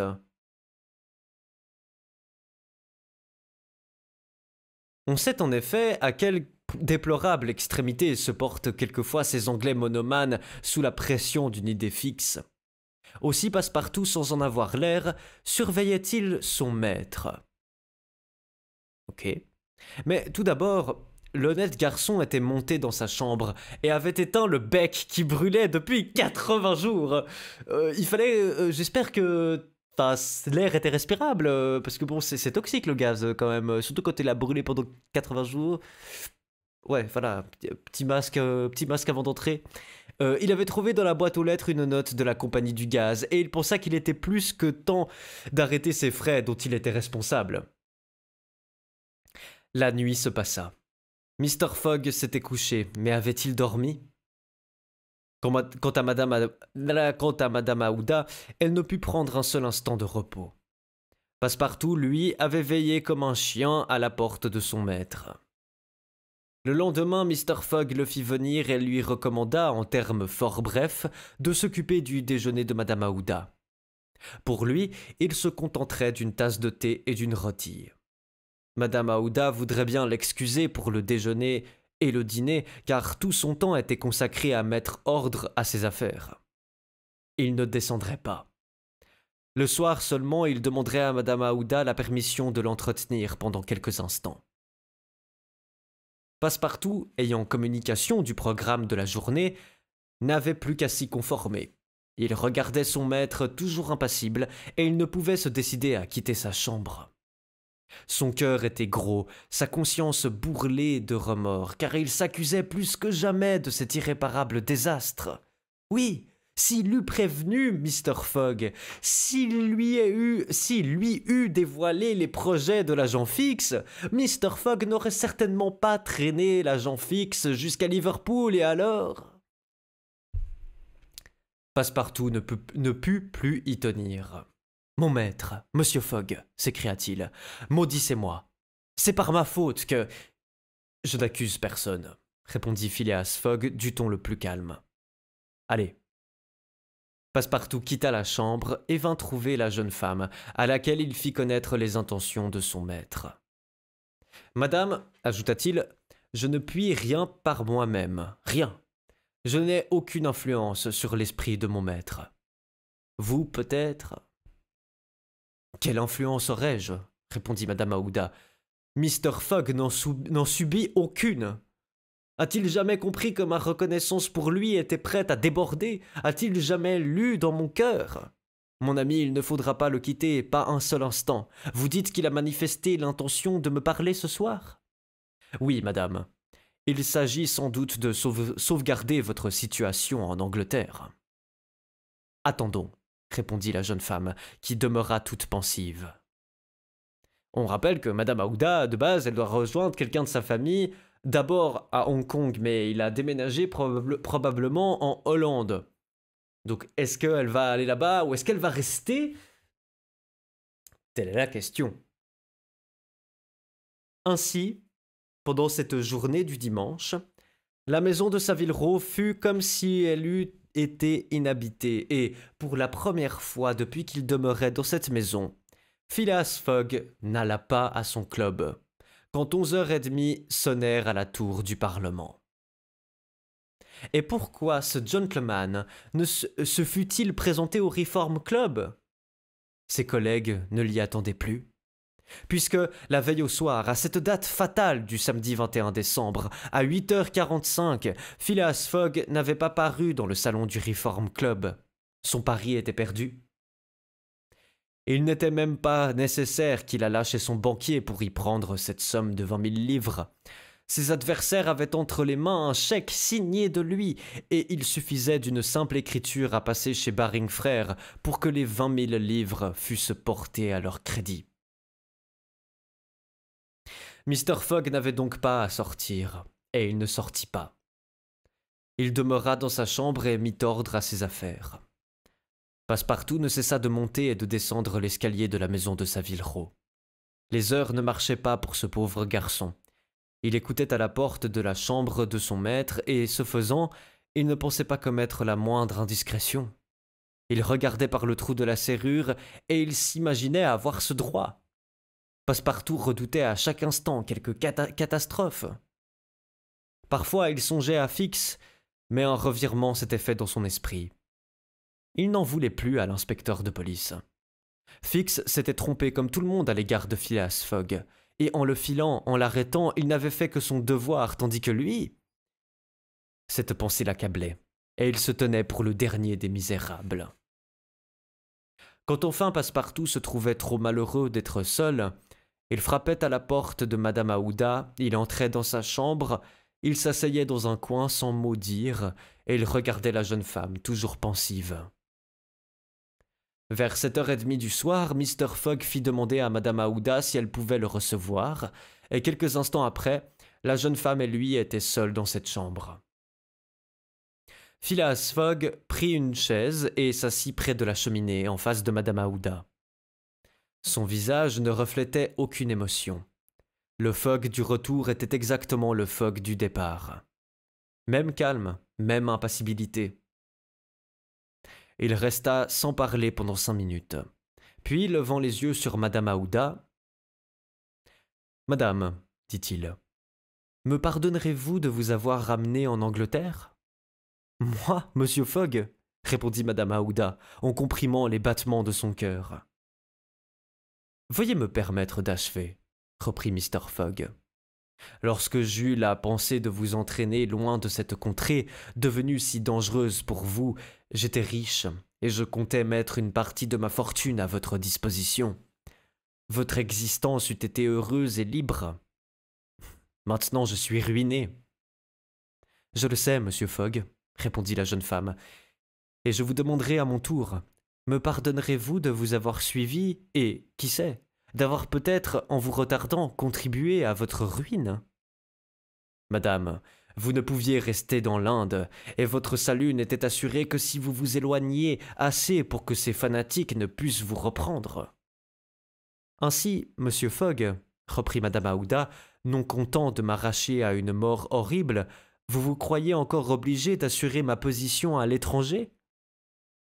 Oui, madame, répondit Mr. Fogg, mais les événements ont tourné contre moi. Cependant, du peu qui me reste, je vous demande la permission de disposer en votre faveur. Mais vous, Monsieur Fogg, que deviendrez-vous ? Demanda Madame Aouda. Moi, madame, répondit froidement le gentleman, je n'ai besoin de rien. Mais comment, monsieur, envisagez-vous donc le sort qui vous attend ? Comme il convient de le faire, répondit Mr. Fogg. En tout cas, reprit Madame Aouda, la misère ne saurait atteindre un homme tel que vous. Vos amis, je n'ai point d'amis, madame.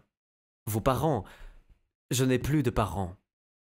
Je vous plains alors, Monsieur Fogg, car l'isolement est une triste chose. Quoi, pas un cœur pour y verser vos peines?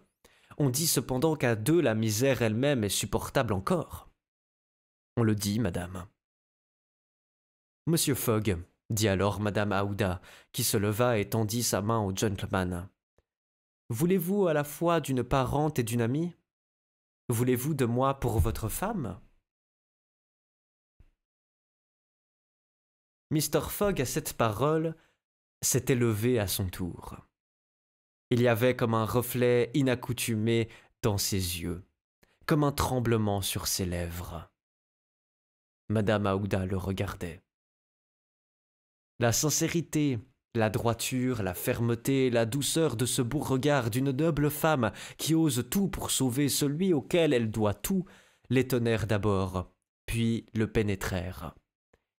Il ferma les yeux un instant, comme pour éviter que ce regard ne s'enfonçât plus avant. Quand il les rouvrit, « Je vous aime, dit-il simplement. Oui, en vérité, par tout ce qu'il y a de plus sacré au monde, je vous aime et je suis tout à vous. » Ah, s'écria Madame Aouda en portant la main à son cœur. Aouda la meilleure, oh là là, c'est beau, c'est beau. Passepartout fut sonné. Il arriva aussitôt. Mr. Fogg tenait encore dans sa main la main de Madame Aouda. Passepartout comprit et sa large face rayonna comme le soleil au zénith des régions tropicales.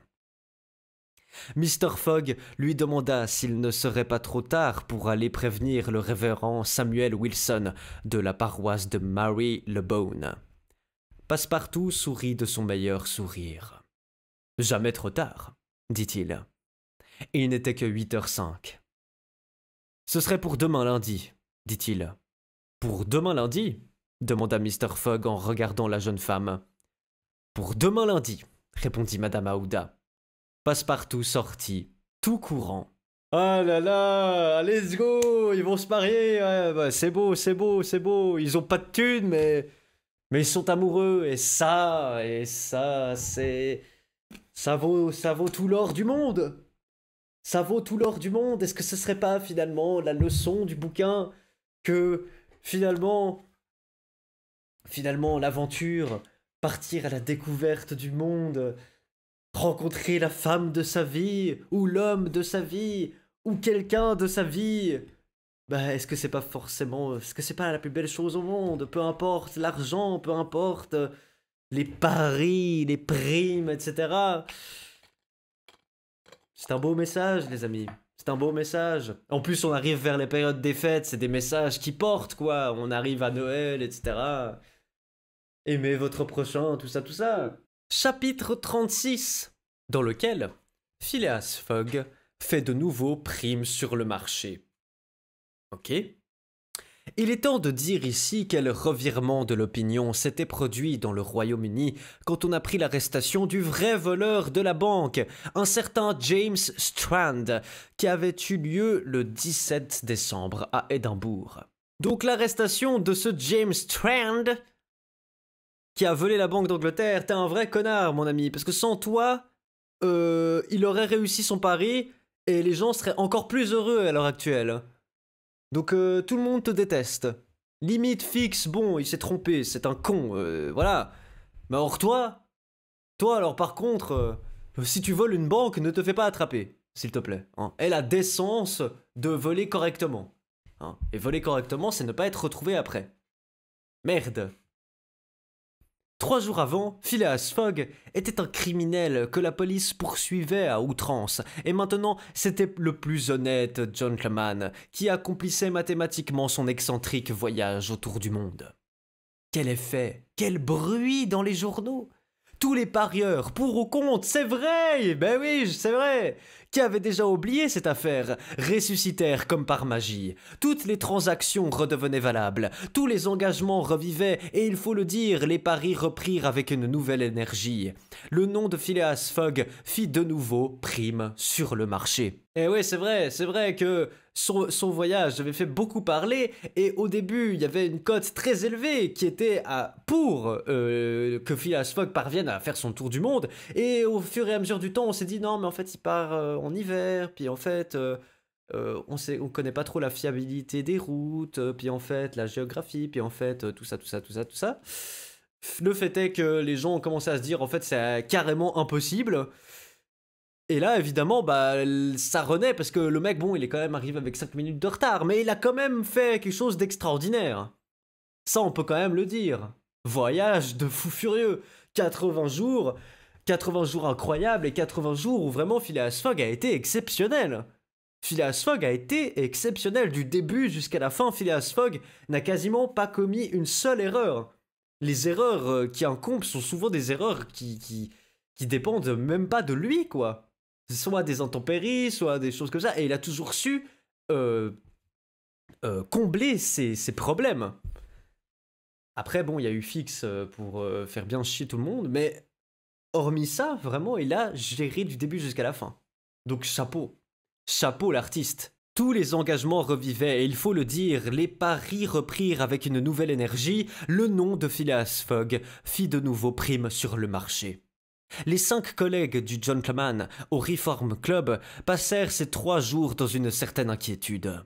Ce Phileas Fogg qu'ils avaient oublié reparaissait à leurs yeux. Où était-il en ce moment? Le 17 décembre, jour où James Strand fut arrêté, il y avait 76 jours que Phileas Fogg était parti et pas une nouvelle de lui. Avait-il succombé? Avait-il renoncé à la lutte ou continuait-il sa marche suivant l'itinéraire convenu?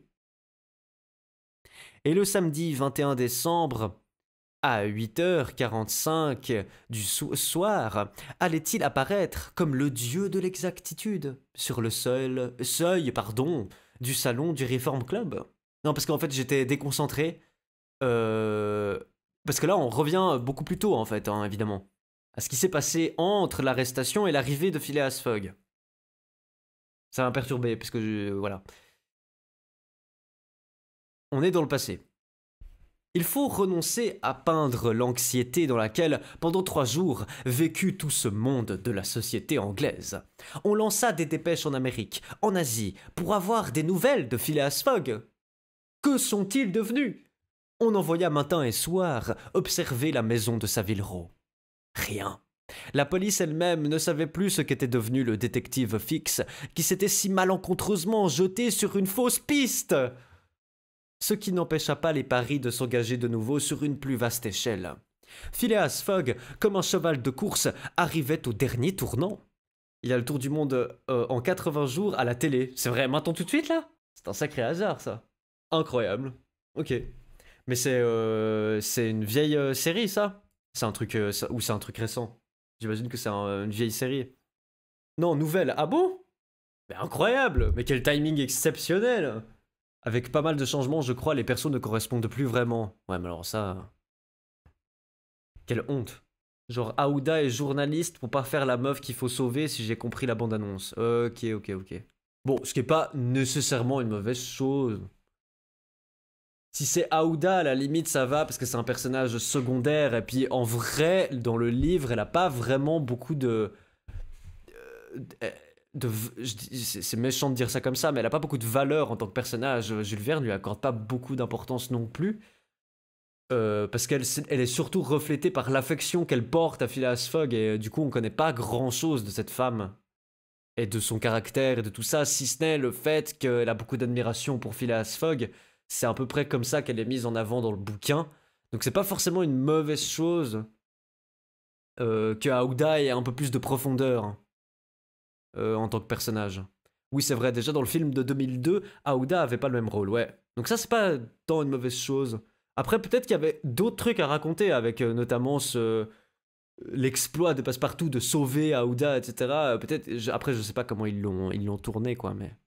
Donc on envoya matin et soir observer la maison de Savile Row, rien. La police elle-même ne savait plus ce qu'était devenu le détective Fix, qui s'était si malencontreusement jeté sur une fausse piste, ce qui n'empêcha pas les paris de s'engager de nouveau sur une plus vaste échelle.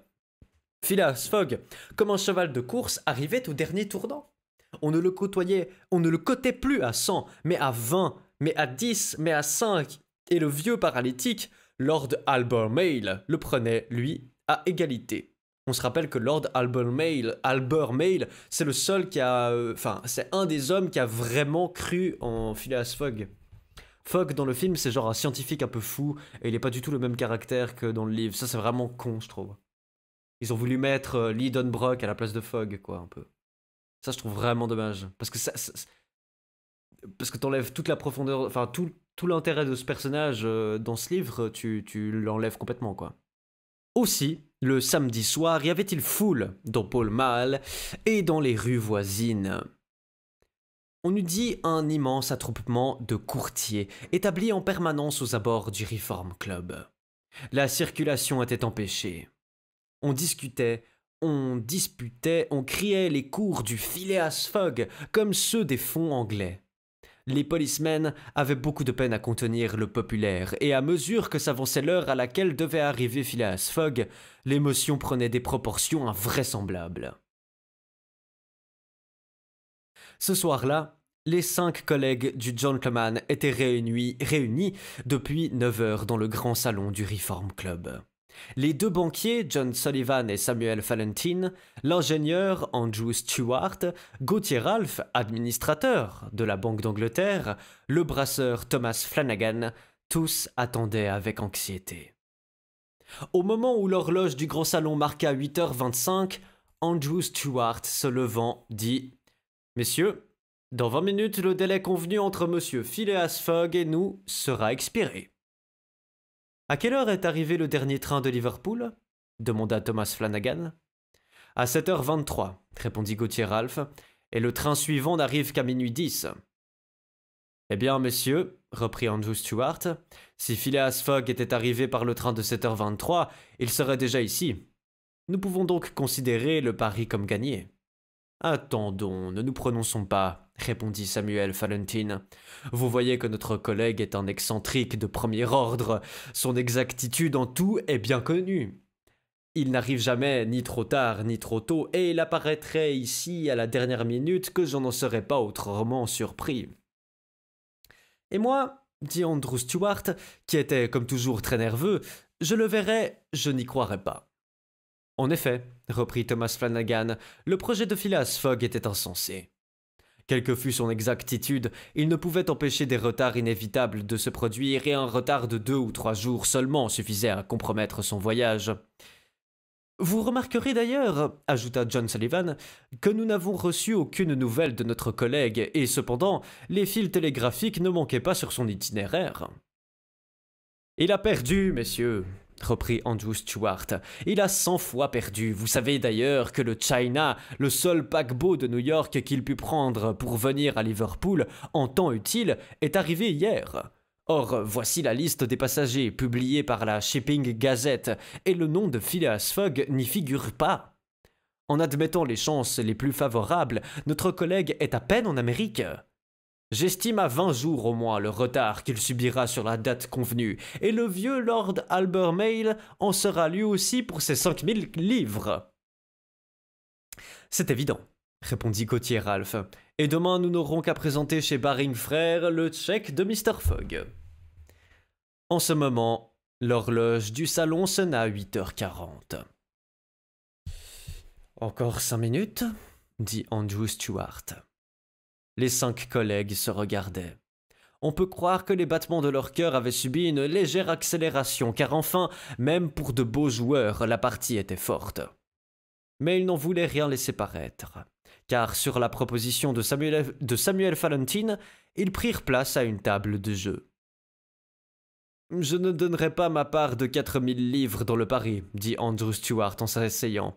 Quand même, on m'en offrirait 3950. Quand même, on m'en offrirait 3999. L'aiguille marchait en ce moment 8h42. Les joueurs avaient pris les cartes, mais à chaque instant, leur regard se fixait sur l'horloge. On peut affirmer que, quelle que fût leur sécurité, jamais minute ne leur avait paru si longue. 8h43. Dit Thomas Flanagan en coupant le jeu que lui présentait Gauthier Ralph. Puis un moment de silence se fit. Le vaste salon du club était tranquille, mais au dehors, on entendait le brouhaha de la foule que dominaient parfois des cris aigus. Le balancier de l'horloge battait la seconde avec une régularité mathématique. Chaque joueur pouvait compter les divisions sexagésimales qui frappaient son oreille. Les divisions sexagésimales.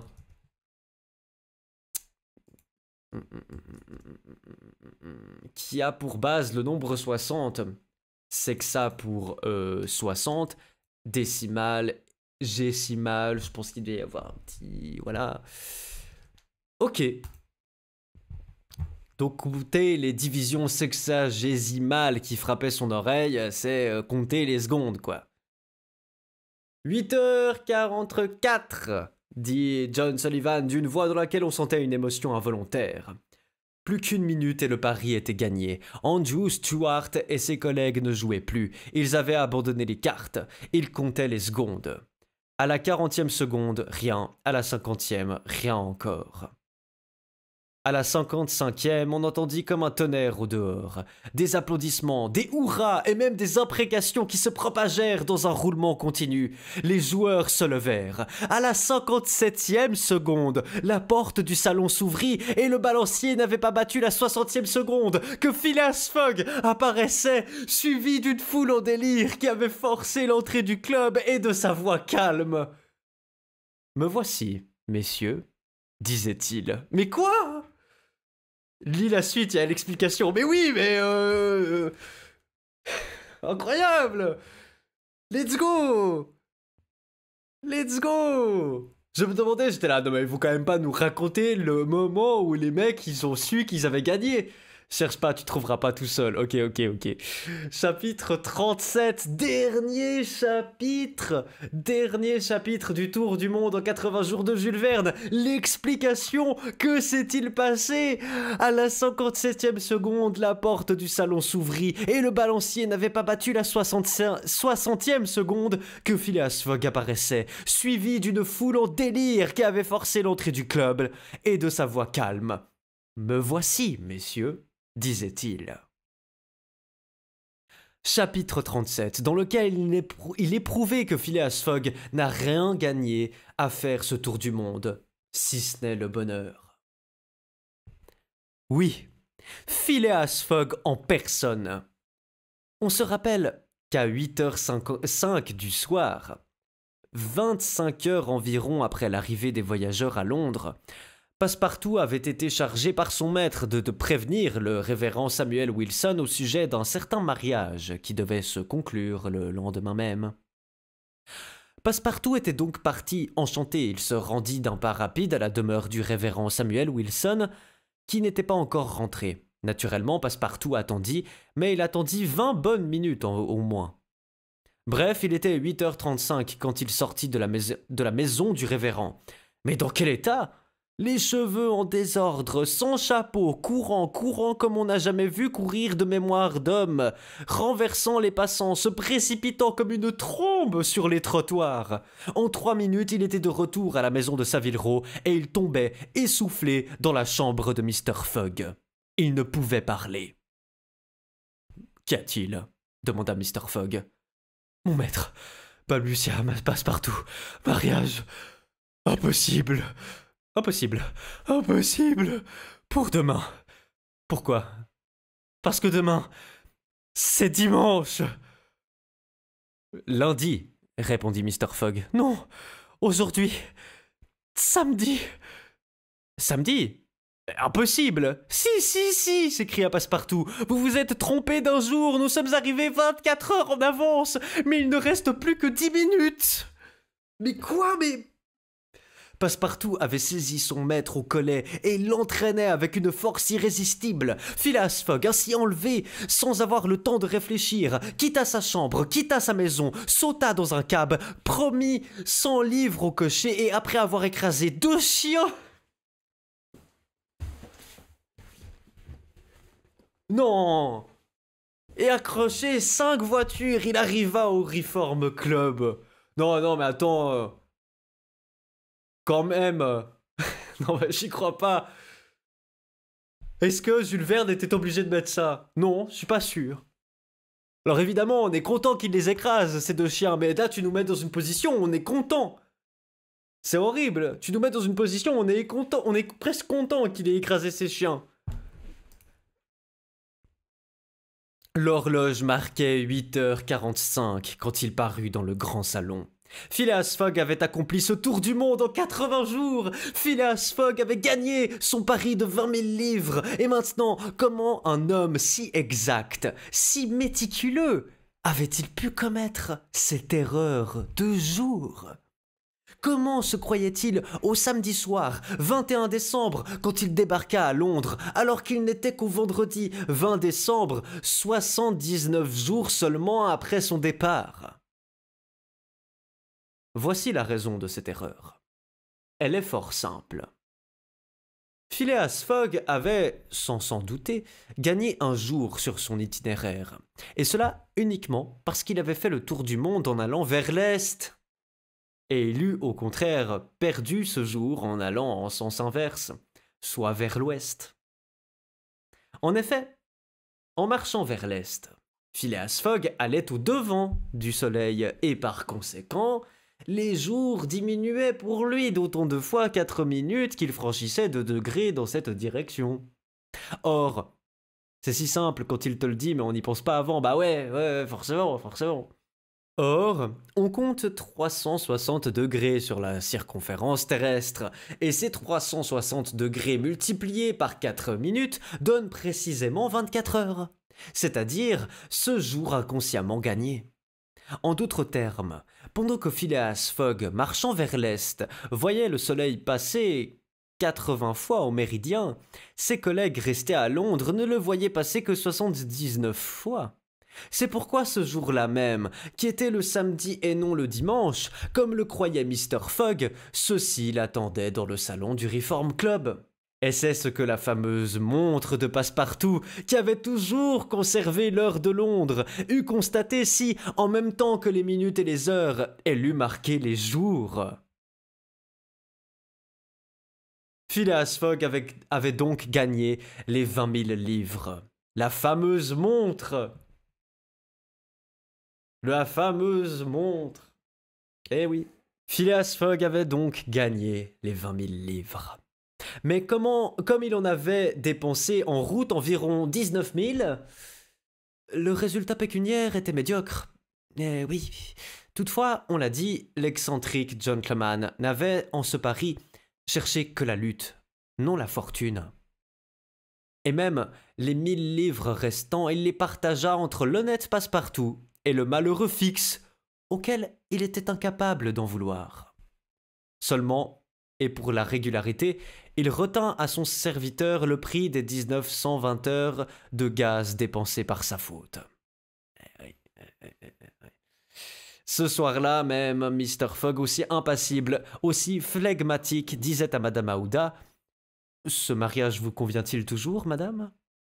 « Monsieur Fogg, répondit Madame Aouda, c'est à moi de vous faire cette question. Vous étiez ruiné, vous voici riche. »« Ah non, maintenant que je suis riche, tu rentres en Hollande, hein. Moi, c'est bon, moi, je vais aller claquer ma thune en journaux, je vais rester au Reform Club tranquille. Non, maintenant, tu te casses. Non, c'est sûr. Ah bah non, maintenant, je suis pété le thune, j'ai plus besoin de toi. Dégage. » T'imagines? L'enfer. L'enfer de l'homme. L'enfer du type. Oh bah maintenant que je suis riche, évidemment, je m'en bats les couilles. Enfin voilà, c'est... Pardonnez-moi madame, cette fortune ne vous appartient. Si vous n'aviez pas eu la pensée de ce mariage, mon domestique ne serait pas allé chez le révérend Samuel Wilson. Je n'aurais pas été averti de mon erreur et... Cher monsieur Fogg, dit la jeune femme. Cher Aouda, répondit Phileas Fogg. On comprend bien que le mariage se fit 48 heures plus tard, et Passepartout, superbe, resplendissant, éblouissant, y figura comme témoin de la jeune femme. Ne l'avait-il pas sauvée, et ne lui devait-on pas cet honneur? Seulement le lendemain dès l'aube, Passepartout frappait avec fracas à la porte de son maître. La porte s'ouvrit, et l'impassible gentleman parut. Qu'y a-t-il, Passepartout? Ce qu'il y a, monsieur, il y a que je viens d'apprendre à l'instant. Quoi donc? Que nous pouvions faire le tour du monde en 78 jours seulement.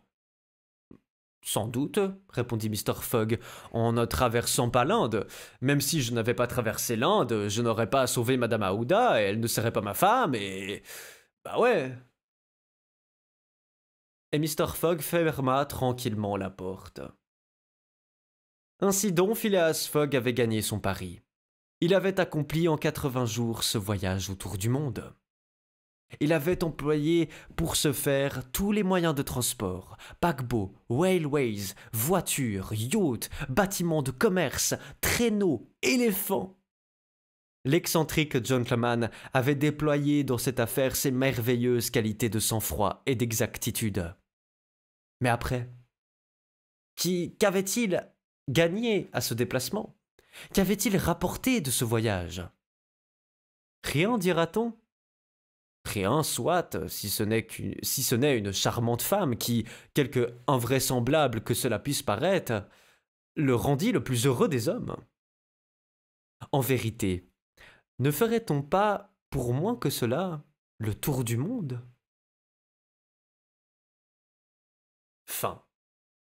Ah là là là là là là là là là là là là, livre de fou, livre de fou.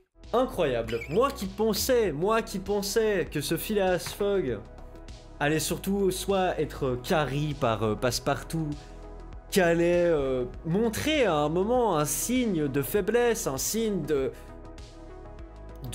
désespoir pendant le voyage. En fait, il ne l'a montré qu'à la fin, quand il était persuadé qu'il avait perdu. Et au final, ce Phileas Fogg, non seulement d'avoir gagné, a montré à quel point c'était un homme exceptionnel. Si on peut dire un défaut, parce que bon, on peut se permettre, hein, pourquoi pas, on dit des défauts. C'est exactement ce dont on parlait tout à l'heure. Je pense que c'est le personnage d'Aouda qui est un peu moins présente dans le livre. Et puis on se disait, enfin, il y a une vision un peu, j'ose le dire, un peu sexiste, misogyne envers le personnage d'Aouda. C'est aussi une question d'époque, donc il faut pas...